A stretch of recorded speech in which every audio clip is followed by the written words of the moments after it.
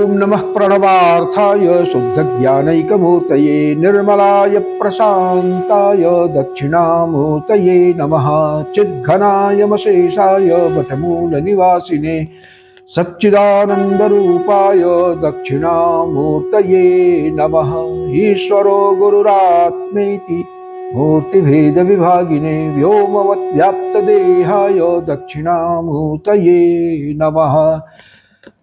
विघ्नेश्वराय वरदाय सुरप्रियाय लंबोदराय सकलाय जगद्धिताय नागाननाय स्तुतियज्ञ विभूषिताय गौरीसुताय गणनाथ नमो नमस्ते।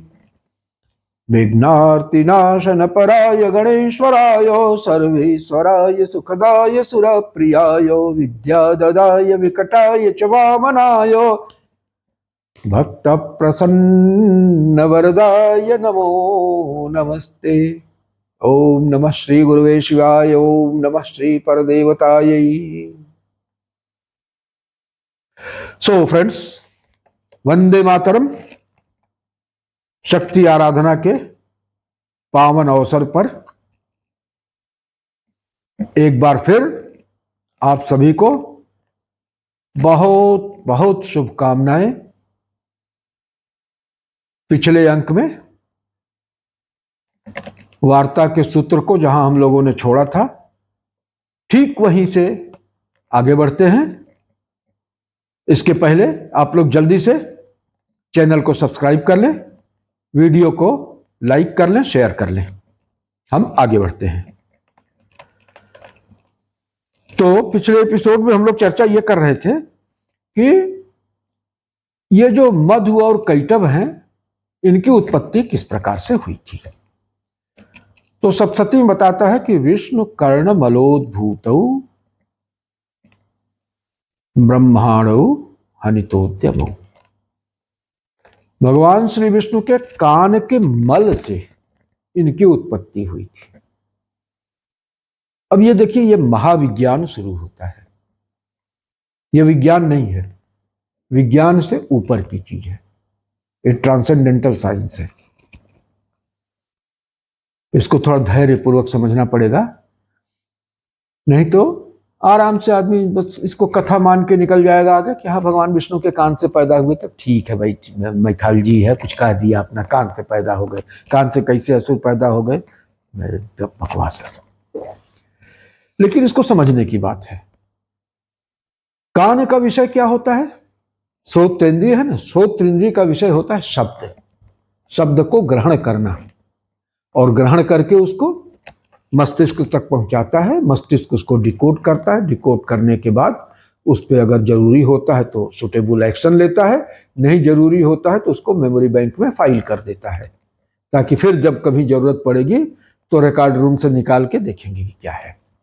अभी कोई जरूरत नहीं है तो इसको फाइल कर देते हैं। तो कान का विषय है शब्द। और शब्द का आश्रय क्या है? विषय हो गया कान का। अब विषय का आश्रय क्या है? तो शब्द जो विषय है उसका आश्रय है आकाश। शब्द गुणकम आकाशम। आकाश का गुण है शब्द। तो आकाश का गुण शब्द कैसे हो गया? आकाश तो सम रहता है, तो सम तो रहता है, लेकिन आकाश जो है ना, ओंकार को भी आकाश से जो है वो तुलना किया गया, और गुरु को भी ओंकार से किया गया, विष्णु को भी ओंकार से किया गया, शिव को भी ओंकार से किया गया, और गगनोपम इसको बताया गया कि ये क्या है? गगन के समान सम रहने वाला है ना। तो वो कहा ना कि शिवम न जानामि कथम बदामी, शिवम न जानामि कथम बदामी, शिवम न जानामि कथम भजामी, शिवम न जानामि कथम बदामी, शिवम न जानामि कथम भजामी, और अहम शिवश्चेत परमार्थ तत्व। अहम समम स्वरूपम, समम स्वरूपम गगनोपमं च, समम स्वरूपम गगनोपमं च। तो शिव का स्वरूप किस तरह का है? आकाश की तरह से। भगवान विष्णु को भी इसी तरह से कहा गया, शांताकारं भुजगशयनं पद्मनाभं सुरेशं विश्वाधारं गगन सदृशम। गगन सदृशम, तो गगन ये शब्द का जो है वो आश्रय है और सम रहता है। लेकिन ये जो शब्दाश्रय है ना, जो अक्षर ब्रह्म का जो आश्रय पर ब्रह्म है, वो पर ब्रह्म सम रहते हुए भी उसमें संकल्प स्वातंत्र की शक्ति होती है। और ये जो संकल्प स्वातंत्र है ना, कि कोई भी संकल्प वो कर सकता है, नहीं भी कर सकता है, किसी और तरीके से भी कर सकता है, इसी को कहते हैं संकल्प स्वातंत्र। एक ऐसी शक्ति है जिसमें कोई संकल्प आ जाएगा। अब संकल्प आ गया तो उस संकल्प के अनुरूप उसके अंदर सर्वभवन की क्षमता भी होती है, सर्वाकार योगत्वम क्रिया शक्ति ही, ये क्रिया शक्ति की विशेषता है कि संकल्पानुरूप आकार वो उसमें ढल जाएगी, आकार ग्रहण कर लेगी। इसी को सर्वभवन क्षमता कहते हैं। तो संकल्प चूंकि सर्वशक्तिमान का संकल्प है ना, तो अव्याहत होगा, संकल्प मात्र से वो चीज हो जाएगी। तो उसमें सर्वभवन की क्षमता है। तो सर्वभवन की क्षमता का प्रोसीजर क्या होगा, उसका किस प्रोसीजर का, किस मेथडोलॉजी का, प्रोसेस का इस्तेमाल करके वो जो है सर्वभवन क्षमता को अपने विकसित करती है और किसी भी आकार को ग्रहण कर लेती है। तो ये संकल्प जो है ना, जब शक्ति में संकल्प संचरित हुआ तो वही स्पंद हो जाता है, वो स्पंदित होने लगता है। और ये स्पंद जो है ना, वो चेष्टा है, वो गतिमान होता है। संसार बनने की तरफ जो गतिशील होता है संकल्प, उस गतिशील होने के लिए जो चेष्टा करनी पड़ती है ना, वो चेष्टा ही स्पंद है।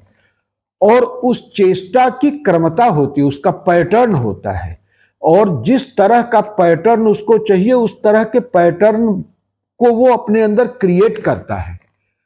तो इस क्रिएट करने के क्रम में उसमें से एक ध्वनि भी होती है और एक आकृति भी बनती है, मंडल बनता है, प्रकाश है। ब्रह्म क्या है, प्रकाश स्वरूप है ना, तो प्रकाश के अंदर ही संकल्प हुआ, प्रकाश के अंदर ही स्पंद हो रहा है, तो प्रकाश के अंदर ही यह क्रिया हो रही है।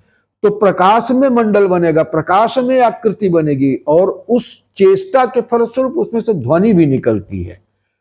तो ये देखिए, ध्वनि, क्रिया और भाव।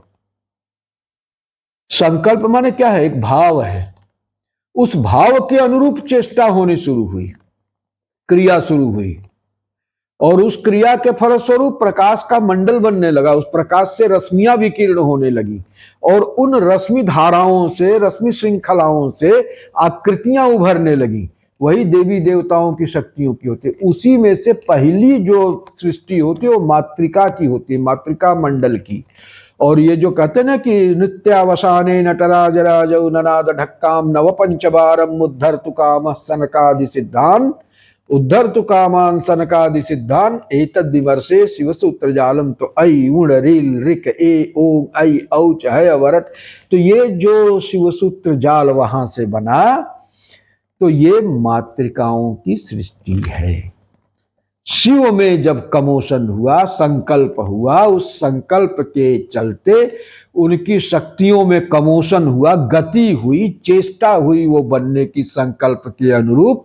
तो उन्होंने विविध आकृतियां और विविध ध्वनियां जो है उसमें से सृजित होने लगी। चेष्टा की अपनी एक ध्वनि भी होती, क्रमता है, फ्रीक्वेंसी है, तो उससे ध्वनि की सृष्टि, फोनीम्स आए उससे, है ना। अब यहां से कई लैंग्वेज देखिए पैरेलल चलती है। इसके पैटर्न को आपने मैथमेटिकली कैलकुलेट किया तो वहां से जब अर्थमेटिक्स आ गई, अंकामनाय हो गया। उसकी गति के चलते जो आकृतियां बनी, बिंदु जो है जब गतिशील हुआ तो रेखा बनी, कई रेखाएं परस्पर एक दूसरे से जो है मिली जुली, कटी पिटी, ओवरराइड की, तो इस तरह से तमाम तरह के मंडल बने, ज्योमेट्री बनी, ज्योमेट्री आई। ध्वनि की सृष्टि से जो मातृकाओं में से विभिन्न चेष्टाओं के फलस्वरूप जो ध्वनि निकल रही है, ध्वनि से जो है, ध्वनि समुदाय से जो है वो वांग्मय सृष्टि हुई, वो मतलब कि अंकामनाय और अक्षरामनाय, अक्षरामनाय की सृष्टि हुई जिससे वांग्मय बना। तो यहां से लॉजिक, क्योंकि ज्ञान शक्ति ने बताया कि हाँ भाई चेष्टा किस दिशा में होनी चाहिए, कैसे होनी चाहिए, तो वो लॉजिक है वहां पे। अब लॉजिक से जब ये चेष्टा शुरू हुई तो उसको, जब उसकी कलना शुरू हुई तो वहां से मैथमेटिक्स आ गई, गणना कि क्या पैटर्न बना, उसमें क्या किस तरह की पैटर्न होगा, उसका क्या लंबाई चौड़ाई टाइमिंग होगी, पीरियडिसिटी होगी। तो वहां से मैथमेटिक्स आ गई, अंकामनाय आ गया। उससे जब बिंदु गतिशील हुआ, रेखा बनी, फिर कई रेखाओं को मिला के एक आकृति बनी। ये सब प्रकाश के रश्मियां हैं इस स्टेज में, ये समझ लीजिए प्रकाश की रश्मियों की क्रिया है सब। तो इससे जो है वो आकृतियां बनने लगी, मंडल बनने लगी। तो ये आकृतियों की भाषा एक चली बनी, जो चित्रों की भाषा चलती है। तो ये तमाम तरह के मतलब विधाओं का वहां से आविष्कार हुआ, ये मातृकाओं से हुआ। ये मातृका बड़ी ही महत्वपूर्ण चीज है। तो ये मातृका कैसे, अब ये एक मातृका होती है, एक मालिनी होता है, दोनों की संख्याओं में अंतर होता है। और मातृकाओं का वायु से, क्योंकि ये गति है ना, गति ही वायु है और कुछ नहीं है, वायु और कुछ नहीं। जहां गति शुरू हो गई, संकल्प के चलते चेष्टा हो गई संसरण की, कि जो संकल्प हुआ उसके अनुरूप हमको आकृति बनानी है, तो उसमें गति शुरू हो गई। गति से वायु की उत्पत्ति है। अब वायु उस गति के साथ क्रिया करती है पार्टिकल के साथ, तो और उसकी गति कम या ज्यादा करती रहती है। तो वायु की क्रिया एक अलग से हो गई।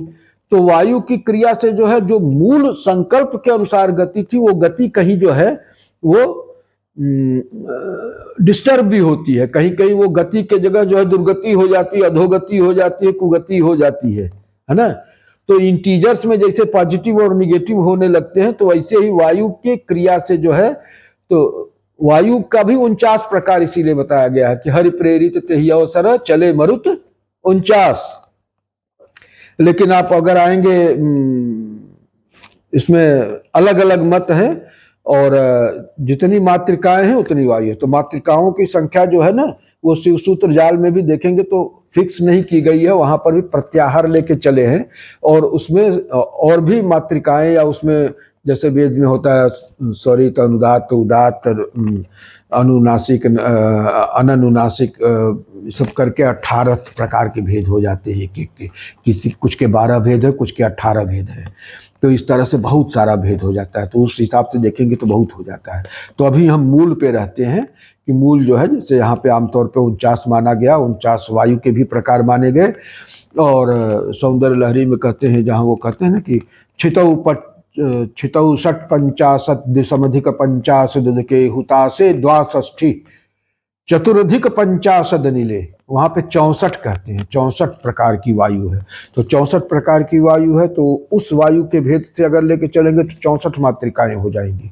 लेकिन ज्यादातर 49 या 51 का मत है। 51 का मत थोड़ा सा पुष्ट इसलिए मानते हैं कि सती का जब जो है वो दक्ष यज्ञ में उन्होंने अपना शरीर छोड़ दिया था, तो भगवान शिव जो है विक्षिप्त होकर के सती का शव जो है अपने कंधे पर लेके पूरे ब्रह्मांड में घूमने लगे थे। तो ये भी बड़ा तांत्रिक रहस्य की चीज है कि सती के शव को फिर भगवान विष्णु ने अपने चक्र सुदर्शन से 51 खंडों में विभाजित कर दिया था। तो उन्होंने पूरा सीज कर लिया था। ये मातृकाएं ही सृष्टि के बिल्डिंग ब्लॉक्स हैं, पूरा पूरा रॉ मटेरियल यही है। और इस रॉ मटेरियल को पूरा he has taken under his control.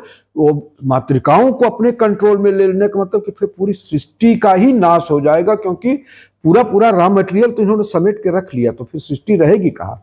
मातृकाएं he building blocks हैं। तो 51 मातृकाओं से उनका शरीर बना हुआ था, तो इसलिए उन्होंने उसको 51 टुकड़ों में करके 51 पीठ स्थापित किए। उन्होंने रिलीज किया उन शक्तियों को, ताकि विश्व चलता रहे, संसार सृष्टि चलती रहे। ये उसका रहस्य है। तो ये मातृकाओं का रहस्य है।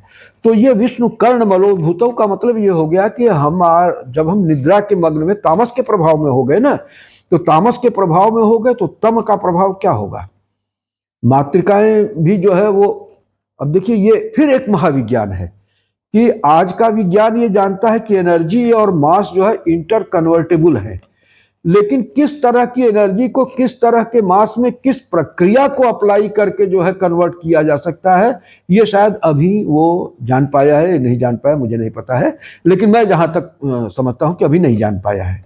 कि किस तरह से एनर्जी को किस तरह के मास में कन्वर्ट किया जाता है, किस तरह की एनर्जी को सिलेक्ट करेंगे, कौन सी प्रक्रिया पर, ताकि हमको डिजायर्ड ऑब्जेक्ट पैदा हो जाए। अगर ये मालूम हो जाए तो फिर तो उनको किसी प्राकृतिक संसाधनों की जरूरत ही नहीं पड़ेगी, क्योंकि ऊर्जा तो भरी पड़ी है और उस ऊर्जा को वो कन्वर्ट करके उस तरह का पदार्थ बना लेंगे। लेकिन ये ज्ञान अभी उनके पास नहीं। वह उस जमाने में है कि किस तरह से चेतना हो गया, भगवान शिव या विष्णु जो भी मान लीजिए चेतन है, बोध स्वरूप है। बोध में जब हलचल हुई संकल्प के चलते तो मातृकाओं की सृष्टि हुई, और इन मातृकाओं के समायोजन की क्रमता पे डिपेंड करता है कि किस तरह की वस्तु अस्तित्व में आएगी। तो जब तमोगुण के प्रभाव में आप रहेंगे तो तमोगुणी सृष्टि होगी, तो मल पैदा हुआ शरीर में। वैसे भी आप देखते हैं कि सूक्ष्म शरीर, कारण शरीर और स्थूल शरीर, तीनों के अपने अपने मल हैं, क्योंकि तीनों का अपना अपना भोग है। और जब आप भोग करेंगे तो उसको अपशिष्ट होगा, अपशिष्ट को आपको निकालना भी पड़ेगा। तो इसलिए शरीर की, मन की, आत्मा की सबकी सफाई नित्य करते रहना आवश्यक है। वहां पे चूंकि भगवान विष्णु योग निद्रा में थे और ये कमोशन शुरू हो गया था, तो विष्णु के कर्ण में मातृकाओं का जो है ये जाल बन गया, और उस जाल से ही परिणाम स्वरूप ये असुर उत्पन्न हुए। तो अब देखिए भगवान विष्णु जो है उस असुर को भी क्या करते हैं, उसको मार डालते हैं, और उन्हीं से मेदिनी बन जाती है। वो इतने विशालकाय होते हैं कि उनके रक्त मांस मज्जा से ही जो है ये धरती बन जाती है, मेदिनी बन जाती है। मेद से बनी है, मधुकैटभ के मेद से बनी है, इसलिए इसको मेदिनी कहते हैं। तो ये हो गया, ये कथा हो गई कि ये मेदिनी हो गई। उन्होंने उसको जो है, जब योग माया ने मधु और कैटभ को मोहग्रस्त कर दिया, तो उन्होंने अपने जंघे पर जो है उसी को उन्होंने भूमि का भ्रम दे करके उनको इस पे लिटा करके चक्र सुदर्शन से उसको काट दिया, और काटने के बाद भी जो है उसका इस्तेमाल कर लिया उन्होंने। उसको कैसे यूज कर लिया, ये कि उसको मेदिनी का रूप दे दिया, वो मेदिनी हो गया। तो ब्रह्मा जी अब निश्चिंत हो गए। भाई, सृष्टि करने वाला आदमी कोई भी कंस्ट्रक्टिव काम तभी होगा जब वो निश्चिंत होके रहे। अगर उसके ऊपर तलवार लटकती रहेगी, चार लोग मारने के लिए खड़े रहेंगे, तो कोई भी कंस्ट्रक्टिव काम नहीं हो सकता। तो ब्रह्मा जी कहाँ से सृष्टि करते बेचारे, है ना। तो आज भी हमारे जो वैज्ञानिक हैं, जो एकेडमिशियंस हैं, जो रिसर्चर्स हैं, जो खेतों में काम करने वाले हैं, खलिहानों में काम करने वाले हैं, फैक्ट्री में काम करने वाले हैं, भाई वो कैसे काम कर पाएंगे? वो तभी काम कर पाएंगे। पता लगा कि हमारे वैज्ञानिकों की हत्या हो जा रही है, भाभा जैसा वैज्ञानिक जो है मार दिया जा रहा है, नंबी नारायण जैसा वैज्ञानिक जो है छल करके जेल में डाल दिया जा रहा है। तो अगर इस तरह से हमारा वो वर्ग, ऋषि वर्ग, जो कि समाज को अपनी तपस्या का फल देने के लिए उद्यत है, जब उसी के अस्तित्व पे संकट होगा तो कहाँ से वो समाज को अपना योगदान दे पाएगा, और उनके योगदान के अभाव में कैसे समाज आगे बढ़ पाएगा? तो इसलिए हमारे नेतृत्व वर्ग का ये कर्तव्य है, जिनके हाथों में राष्ट्र की सत्ता है, उनका ये कर्तव्य है कि वो ऐसे ऋषियों को जो विभिन्न क्षेत्रों में तपस्या करके अपना अमूल्य योगदान समाज को, राष्ट्र को दे रहे हैं, उनको हमेशा निर्विघ्न रखे, उनको हर तरह की समस्याओं से मुक्त रखे, और उनका अच्छी तरह से देखभाल करता रहे, ताकि वो निश्चिंत मन से अपना सर्वश्रेष्ठ राष्ट्र को, समाज को, देश को दे सके। तो ये कार्य उस समय उन्होंने किया कि ब्रह्मा जी को उन्होंने विघ्न मुक्त कर दिया कि नहीं भाई ब्रह्मा जी, ठीक बात है, हम इसको देख लेते हैं, आप निश्चिंत होकर के सृष्टि कार्य करिए। तो वो लग गए अपना सृष्टि कार्य करने में।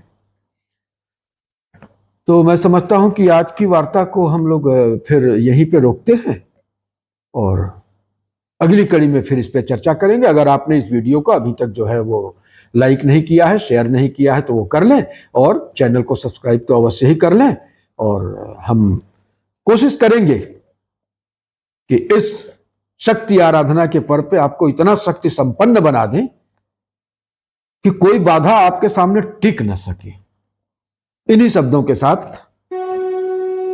ओम पूर्णमदः पूर्णमिदं पूर्णात् पूर्णमुदच्यते पूर्णस्य पूर्णमादाय पूर्णमेवावशिष्यते। ओम शांति शांति शांति।